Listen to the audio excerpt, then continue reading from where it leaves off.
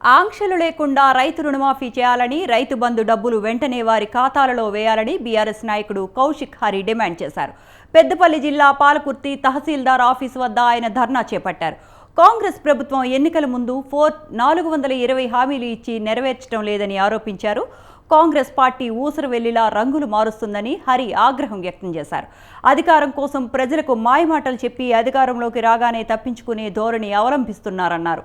పోలీసులను అడ్డుపెట్టుకుని రేవంత్ సర్కార్ పరిపాలిస్తోందని విమర్శించారు. విపక్షాలు నిరసన తెలిపే స్వేచ్ఛ కాంగ్రెస్ హయాంలో లేదన్నారు.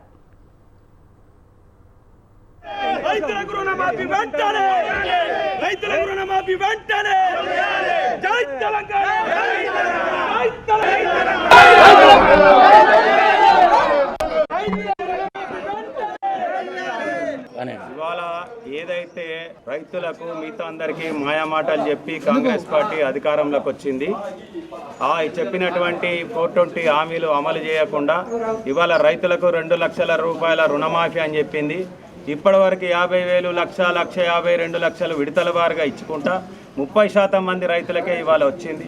ముఖ్యంగా ఈ యొక్క మన పాలకుర్తి మండలంలో ఇండియన్ బ్యాంకులో దాదాపు 1000 మంది రైతులకు, ఒక 400 మందికి వచ్చింది. 1000 మంది రైతులకు నానా రకాల కారణాలు పెట్టి ఇవాళ ఆధార్ కార్డు సరిలేదని చెప్పి, రేషన్ కార్డు లేదని చెప్పేసి, రైతు చనిపోయిందని చెప్పేసి, ఫ్యామిలీ మెంబర్ లేడని చెప్పేసి, లేకపోతే ఇంట్లో ఏదో ఒకరు